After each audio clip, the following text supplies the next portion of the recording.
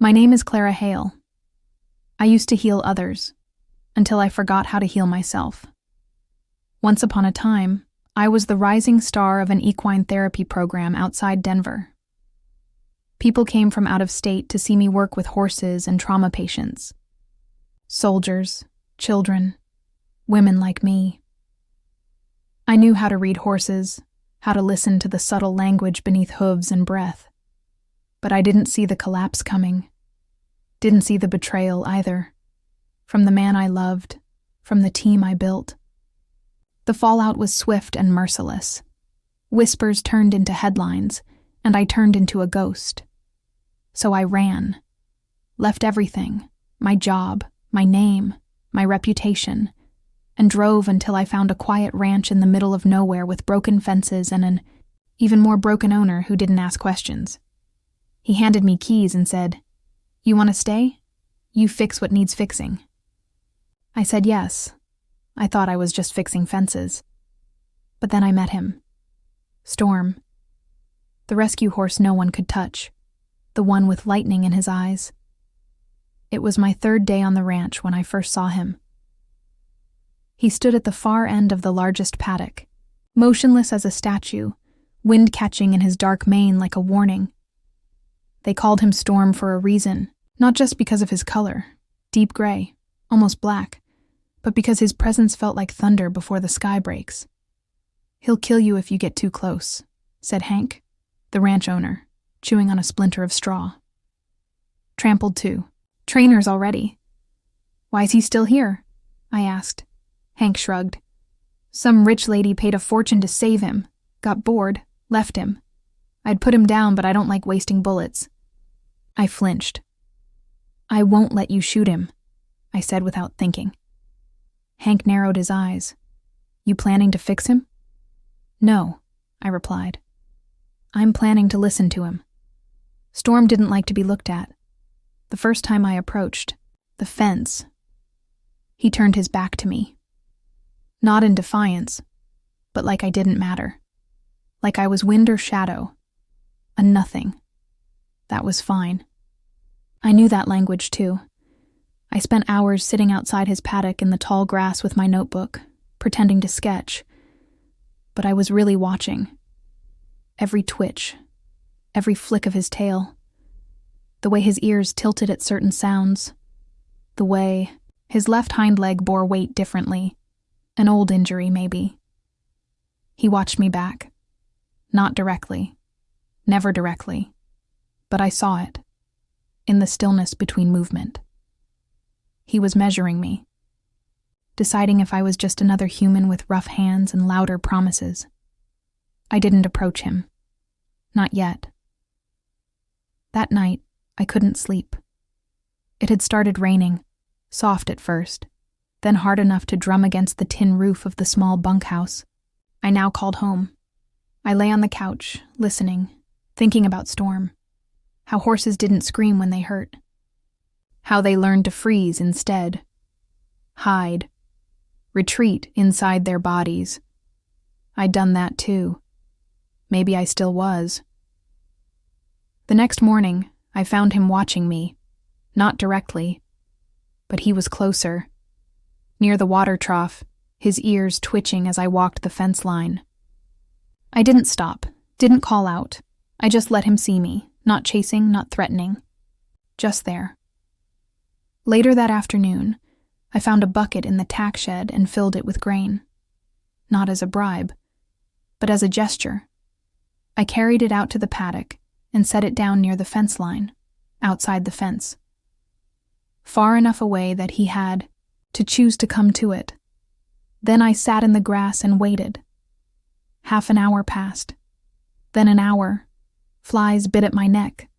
My legs cramped. And then he moved, carefully, slowly. He stepped forward, then stopped, snorted, retreated again, but his eyes stayed. On the bucket, I said nothing. The wind shifted. Then, in one graceful surge, he trotted forward, skidded to a halt, and thrust his nose into the bucket. He didn't look at me, but I smiled anyway. Over the next few days, we played this silent game, I left offerings. He approached. Sometimes he came close, sometimes not. But I never touched him. Not once. And then, on the 6th day, he changed the rules. I was late getting the grain out, caught in the barn repairing a broken halter, and when I arrived, Storm was already pacing the fence line, irritated. I opened the gate to slide the bucket in, just like always. That's when it happened. He charged, not in a full gallop, but fast enough that my heart exploded. He came straight at me, hooves pounding, ears flat, eyes blazing. I dropped the bucket, screamed, loud and sharp. My body froze. I braced for impact, and he stopped, inches from me. His breath was hot on my face, his eyes locked on mine. He didn't rear, didn't bite. He just stood there, shaking, wide-eyed, terrified, and suddenly I understood.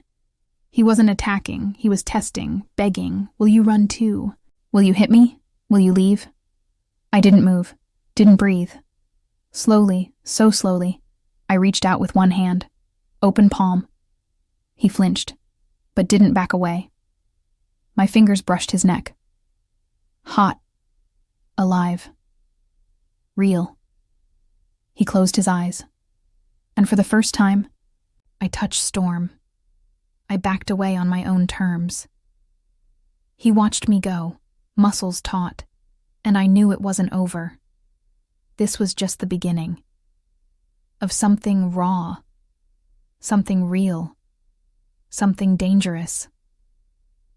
That night, I sat on the porch steps under a wide mountain sky and let the weight of it sink in. The scream still echoed in my ears. But so did the stillness after. Storm had charged. I had screamed. And still, he didn't stop. Because what he needed wasn't control. It was proof that I wouldn't break him. That I wouldn't run. And maybe, just maybe, he was offering me the same in return. Storm didn't come near me the next day. He stayed at the far end of the paddock, tail flicking in irritation, occasionally tossing his head like the memory of yesterday had rattled something loose in him. I watched him from the porch with a mug of lukewarm coffee in my hands, trying not to take it personally. But I knew better. Horses don't forget fear, not their own, and not yours. And I had screamed. It wasn't a reaction I was proud of. My old instructors would have said I lost the moment, lost the trust, but they'd never stood in front of 1,000 pounds of muscle, rage and confusion, and not flinched. They'd never seen their own trauma mirrored in the eyes of an animal with no voice to explain it. Storm had come at me because he needed to know what I'd do. He got his answer. And now, like any creature learning the edges of safety, he was thinking about it, processing, maybe grieving it. By late afternoon, the sky had turned the strange yellow that only ever means one of two things: a spectacular sunset or an incoming storm. I stood by the fence and watched the clouds roll, their bellies heavy with promises. The wind picked up, chasing dust across the paddocks. Storm paced, restless, tossing his mane like thunder was already inside him. I set the grain down farther inside the enclosure this time, not at the fence line, but 10 steps in. Then I backed, away slowly, not all the way out, just far enough to leave space. Storm watched, didn't move. Then he turned and trotted the other way. I didn't follow. It started raining at dusk, slow at first, then relentless. By the time night wrapped its arms around the hills, thunder had begun to grumble across the valley. Lightning flickered like broken memories, and the wind howled against the bunkhouse siding. I sat by the oil lamp, reading a book I wasn't really absorbing, my ankle still sore from the incident 2 weeks ago when I'd stepped wrong in the woods. Outside, the world churned. Then something slammed against the back wall. I froze. Another thud, louder this time. I jumped to my feet and yanked open the door. Storm, soaked, wide-eyed, breathing hard. He'd run to me. The paddock gate was still shut. There were no broken boards, no damaged latches. He'd either jumped the fence or someone had let him out. But there he was, right at my door, sides heaving, body shaking, like he'd been running for miles. "Storm?" I whispered. He stepped forward and shoved his nose against my chest. Hard. I stumbled back a step but caught myself. His body was wet, warm, vibrating with nervous energy. His eyes were wild but not unfocused, not panic. Deliberate. He'd come, looking for me. I reached out, touched the soaked fur of his neck. "What is it?" A crack of lightning split the sky. Storm reared slightly, then stomped his front hooves, blowing air through his nostrils. I had a choice to make. I could lead him back to the paddock, in the storm, in the dark. Or I could let him in. I stepped aside. He walked in, like it was the most natural thing in the world. The bunkhouse wasn't large. It wasn't made for horses. But Storm navigated the doorway like he'd done it before. I backed the small wooden table into the corner and threw an old quilt on the floorboards. He circled once, twice, then stood near the hearth, ears still twitching at every crack of thunder. I knelt beside him. His body was steaming slightly, drying in the firelight. "You're not supposed to be here," I said softly. He turned his head, almost amused. "But I guess," I continued, "neither am I." I reached out and stroked the length of his neck. He let me. Not stiffly, not cautiously, but willingly. The moment stretched, his breathing slowed. I could feel it, the shift, subtle, like a door creaking open. Then, without warning, he moved, fast. He turned toward me and stepped forward, pushing his full weight against my side. I didn't move. He pressed harder. I stood my ground, heart pounding, shoulder braced. "Storm," I whispered, but didn't stop him. He pushed again, chest to chest, now head lowering. It wasn't aggression, it wasn't testing, it was something stranger, deeper. It was surrender. His way of asking, "Will you still be here, even when I throw my weight at you? Even when I'm too much?" Tears sprang to my eyes, unbidden. "I'm here," I whispered. "I'm not leaving." He rested his head on my shoulder. All one. 1,000 pounds of him trembled once, and then stilled. Later, I lay on the floor beside him, too exhausted to question it. He dozed standing, head lowered, muzzle inches from my arm. And I remembered something. A client, years ago, an 11-year-old boy who hadn't spoken since his parents died. One day, he pressed his back against the old mare we used for therapy and whispered, "You feel everything, don't you?" That's what this was. Storm felt everything, and for the first time, I felt it with him. Morning came slowly, quiet and silver with fog. Storm stood in the doorway like a statue, watching the trees sway gently in the breeze. He looked different, softer, lighter. He'd stayed the whole night, with me. No fences, no games, no charge, just presence. When I stepped outside with him, he didn't run. He followed, shoulder to shoulder, our movements almost synchronized. We reached the paddock together. I opened the gate. He stepped through and didn't look back, because he didn't have to. Later that day, Hank found me in the tack room fixing an old leather strap. "Storm's calmer," he grunted. "What did you do?" I didn't touch him, I replied with a half smile. He raised a brow, until he asked me to. Hank studied me, then grunted again. Huh. Before he left, he paused. Oh, he added, almost like an afterthought. You got a visitor earlier. Left this for you. He handed me a folded paper. No envelope. Just my name scrawled on the outside.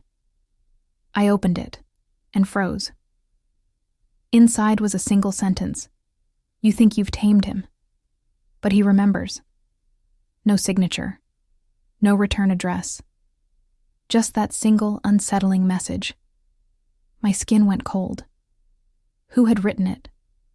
How? Did they know about Storm? And what did he remember? I looked out the window toward the paddock. Storm was standing in the far corner again, head turned, eyes fixed on the trees. Watching. Waiting. The letter sat on my kitchen table for 3 days. Couldn't throw it away. Couldn't ignore it. I kept rereading the words. You think you've tamed him. But he remembers. They echoed in my mind like an accusation I didn't understand. Who wrote it? What did it mean? And more terrifying, what did Storm remember? That I didn't know? I watched him like I was seeing him for the first time. Every glance, every flick of his ear, every shiver of muscle. And he watched me back, calm and steady, but something simmered just beneath the surface. Not violence, not fear, something deeper. History. Storm had a past. A reason he flinched when the wind cracked through the trees. A reason he paced when he was alone too long. A reason he had charged me that first day and stopped just shy of breaking me. It wasn't about dominance. It never was. It was about trust. And maybe betrayal. On the 5th day after the letter arrived, I decided I couldn't stay in limbo anymore. If Storm was going to trust me, I needed to offer the same, so I saddled him. The tack room was quiet. Dust motes danced in the sunbeams cutting through the loft window. My hands trembled as I reached for the worn leather, but I made myself do it. It had been years since I'd ridden, really ridden, and even longer since I'd trusted anything with more power than me. I walked toward the paddock, saddle in one hand, bridle in the other. Storm watched me approach, standing still as stone in the golden morning light. I stopped just outside the gate. I'm not trying to control you, I said softly. Just trying to move forward. With you. He blinked once. I stepped inside. He didn't run, didn't turn away. When I reached his side, I waited, gave him the space to move, to say no. He didn't, so I placed the saddle on his back. Gently, slowly. His ears flicked. I buckled the girth. Still, he didn't move, and when I raised the bridle, his head lowered, just enough to meet me halfway. I whispered, "Thank you," as I slid the bit into his mouth. The ride started like a dream. We walked slowly through the pasture, into the trees, where birds sang softly, and the sunlight broke through the leaves and ribbons. Storm's gait was fluid, controlled. I let him choose the path, and he took it with quiet confidence. I loosened the reins. My back straightened, my breathing slowed. This wasn't about teaching him anything. It was about listening. We moved together like we'd done it for years, like all the ghosts had gone silent for just a while. And then, a sharp snap of branches behind us. Storm's body froze. Before I could react, he bolted. Not a spook, not a stumble, a full-blown run. I screamed. Not a sharp yelp. A full, ripping scream from somewhere buried deep in my chest. My body rocked back from the force. My legs clenched, instinct keeping me on, but barely. He thundered, through the trees, ducking low branches, dodging roots, tearing across the landscape like he was escaping something invisible but real. I screamed again. "Storm!" He didn't stop, didn't slow, didn't even hear me. And then, He leaped. Over a fallen log, his hooves pounding into the earth on the other side with a force that shook my spine. I lost the left stirrup. My balance tipped. We came into a clearing, and he just kept going. I yelled, "Please, stop!" Nothing. I let go of the reins, grabbed his mane. I wasn't riding him anymore. I was just holding on. He was running from something only he could see, and I didn't know if he'd ever stop. Then, just as suddenly as it started, he did. Skidded to a halt in the middle of a shallow stream, his chest heaving, sides lathered in sweat. My body flew forward, and I barely managed to stay seated. I gasped, heart pounding, hands shaking, tears stinging my eyes. My mouth tasted like metal. Storm stood still, his head lowered, ears twitching, back, and then he turned his head and looked at me, like he just realized I'd been there the whole time. I slid off his back, stumbled to my knees in the freezing water, sobbing now. Not from pain, but from the weight of it all. The scream. The chase. The terror. He stepped toward me. One hoof, then another. I looked up, soaked and breathless. And that's when he did it. He lowered himself, down to the ground, until he was resting beside me, like a dog, like a wounded creature looking for safety. I had never seen a horse do that. Not on command. Not freely. Especially not him. I reached out, trembling, and touched his forehead. I screamed. I whispered. "And you didn't stop." My voice broke. But maybe I didn't want you to. We sat in the stream together for a long time, water rushing around us. The world muted.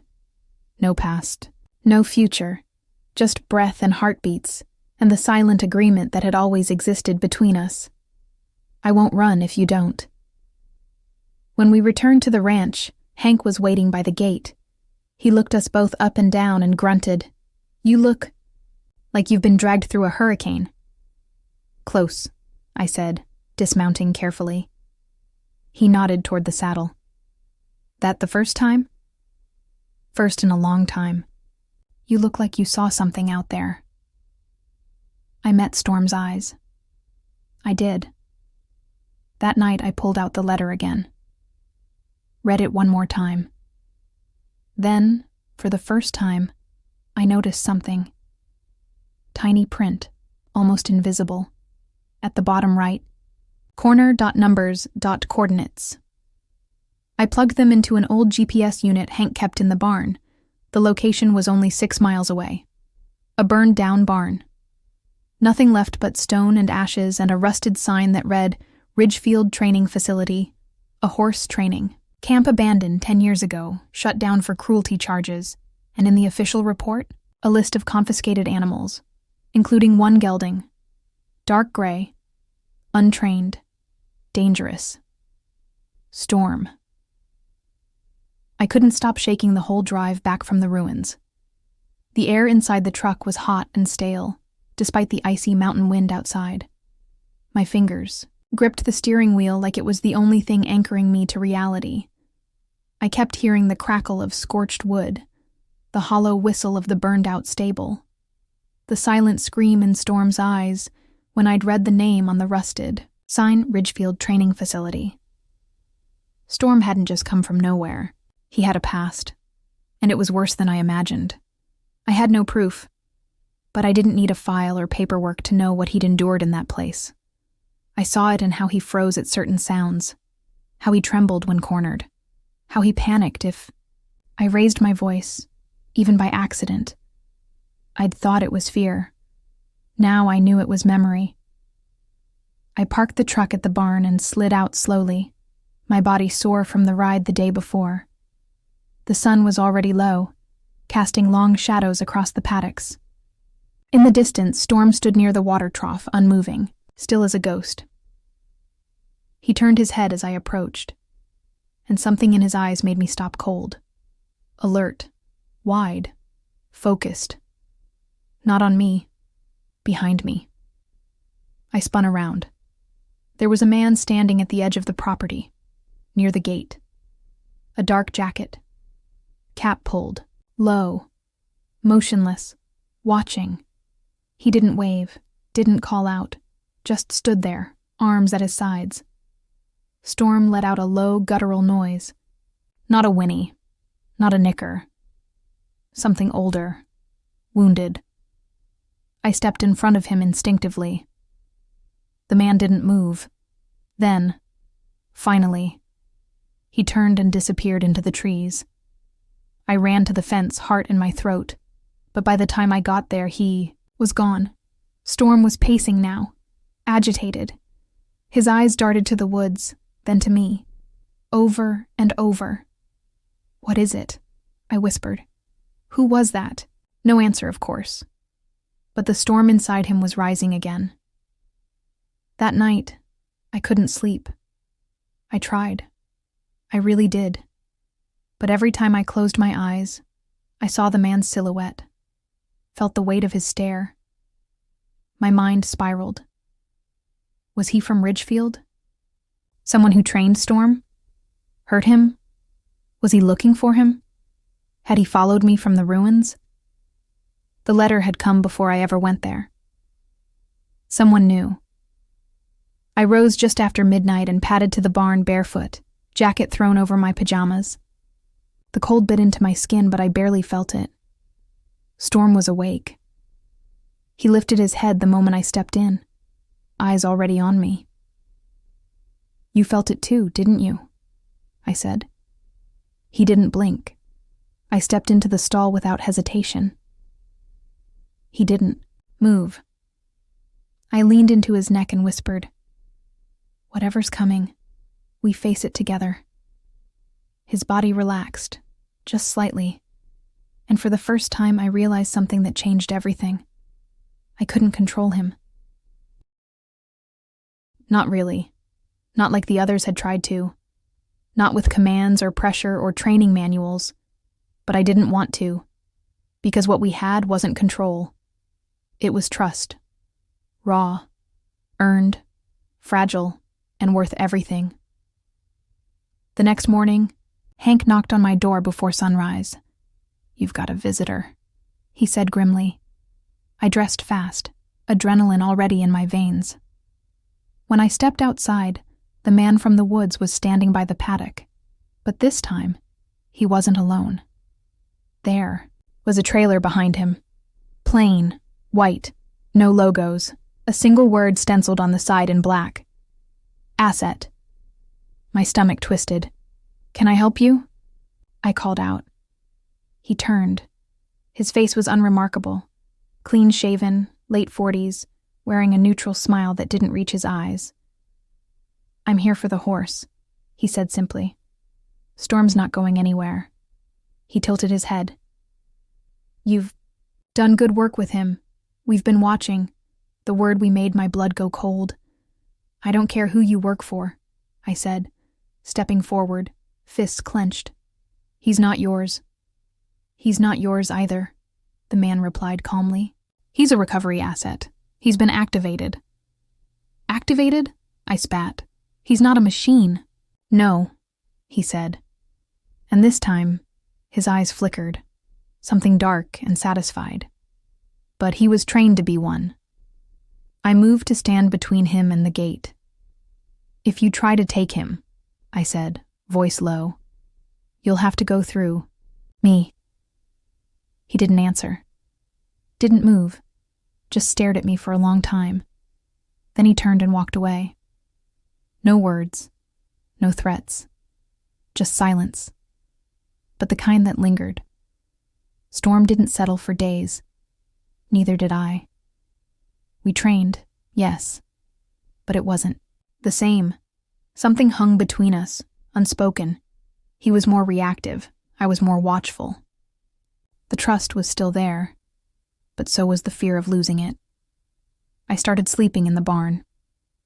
Storm paced less when I did. He stood over me while I dozed, like a guardian. And I started writing again. Notes, memories, small thoughts. I wrote about the Ridgefield fire, About my old life. About the panic attacks. About the man I trusted who used me as a scapegoat. About how I always thought I had to control my emotions to survive. And how Storm taught me that control is just fear in disguise. It happened the next Thursday. I was in the arena with Storm, working. Through groundwork. Loose rain, free movement. The sky was cloudy. The wind sharp. I should have known something was coming. Storm was unusually tense, his head high, muscles twitching. I was just about to call it for the day when he bolted. Not at me, but toward the gate. I ran after him and saw the reason why. The trailer was back. So was the man. He was walking across the field, calm as ever. I screamed, "No!" Storm didn't stop. He charged the gate and reared. His hooves struck the top rail with a sound that cracked through the valley like a gunshot. Then he turned, ran back to me, and stood still. Right beside me.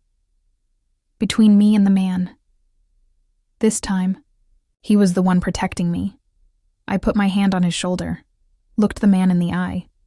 "You're not taking him." His lips twitched. "We'll see." Then he left. Again. But this time I didn't feel powerless. I felt chosen. That night, Storm wouldn't leave my side. He followed me to the bunkhouse, lay outside the door, watch the trees. I didn't lock the door out of fear. I did it out of peace. Because I knew I didn't need to control Storm. I didn't want to, because control is temporary. But trust, that's forever. He didn't come back for 3 days. Not the man, not the trailer, not the shadows of Ridgefield. Just silence, the kind that pressed into your bones. Storm never left the front of the barn. He didn't pace, didn't graze. He just stood like a statue, head tilted toward the road, waiting for him. Or maybe, waiting for me to make a choice. The wind carried in the scent of winter, dry and electric. The kind of cold that makes wood groan and horses restless. I stood inside the arena, watching Storm, my hands tucked into my sleeves, and tried to breathe. I was tired of being afraid, tired of reacting, tired of preparing for people who had already taken enough from both of us. It was time to stop running. That evening, I called Elise. We hadn't spoken since I left Denver, not since the fallout, not since I ghosted the life I once knew. But she answered on the third ring, her voice unsure at first, then warmer when she heard mine. "I need help," I told her. "Legal help." "Is this about the horse?" she asked, not even needing a name. "Yes," I said. "They're trying to take him back. They say he's a recovery asset. But I don't care what he used to be. He's not theirs anymore." Elise didn't hesitate. "Send me everything. I'll connect you with someone." "And Clara?" "Yes?" "I always knew you'd come back to yourself. You just needed the right mirror." I hung up with shaking hands and went to Storm. He looked at me, eyes calm but alert. I pressed my forehead to his. "I'm not leaving you," I whispered. "And I won't let them take you again." His breath puffed against my face, and for the first time, I let him all the way in. Not just as a patient. Not as a responsibility, as a partner. The next day, I got the papers. Elise's contact had fast-tracked it, an emergency motion to block any attempt at seizing Storm as property. It wasn't a guarantee, but it was a weapon. I printed it, signed it, slept with it under my pillow like a shield made of ink and stubbornness. The sun hadn't even risen when I heard tires on gravel. Storm lifted his head before I was even out of bed. He knew. I stepped outside, barefoot in the frost, paper in one hand, fear in the other. The trailer rolled in slow, like it was already sure of itself, and there he was, the man again. Same jacket, same walk. But this time, 2 others stepped out with him. One held a clipboard. The other had a long tranquilizer pole. Storm stepped forward, placing himself between them and me. Again. Always. The man raised his voice. "You're trespassing, Miss Hale." I held up the paper. Not according to this. He didn't even look at it. "That won't hold. He's still tagged, still coded. His chip still belongs to Ridgefield's parent company." "I know," I said, voice steady. "I also know Ridgefield was shut down for animal cruelty. I have the reports. I have his file." His jaw clenched. I took a step forward.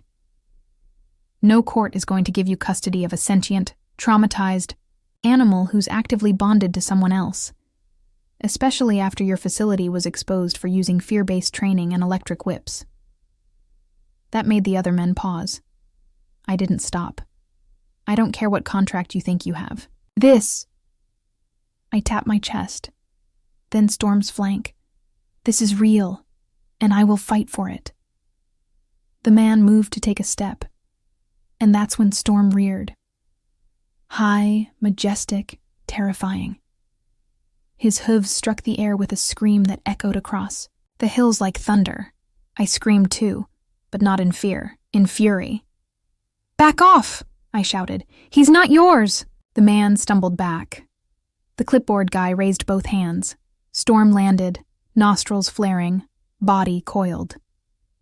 The man straightened, dusted off his coat, then looked at me with something almost like respect. "You've got more in you than they said," I narrowed my eyes. "Who's they?" He smiled, tight, small. "Doesn't matter now." And then he turned, got into the truck, and drove away. The others followed. No threats, no promises, just retreat. But the kind that knows the war is already lost. Storm stood frozen, every muscle taut, watching the trailer until it disappeared behind the ridge. Then, finally, his body eased, and he turned back to me. I dropped the paper and wrapped both arms around his neck. The court battle dragged for 6 weeks. But in the end, Elise's lawyer won. The company never showed up in person, never filed an appeal. We got the microchip deactivated, the adoption papers finalized, and for the first time Storm became mine. On paper. But he'd been mine long before that. And I think I'd been his even longer. Winter settled in. Snow fell in heavy blankets, turning the world quiet. Storm loved the snow. He rolled in it like a child, ran through the drifts like it couldn't touch him. Sometimes I'd ride him bareback at dawn, the sky pink and white, my breath misting behind us like a veil of everything we'd left behind. He never tried to control me, and I never tried to control him. We just moved together, freely, deliberately, without fear. Sometimes people visit the ranch now. Traumatized kids, survivors, lost souls who don't trust humans anymore. I never promise them peace, but I do introduce them to Storm. And I tell them he won't save you, but he will see you, and that's where healing begins.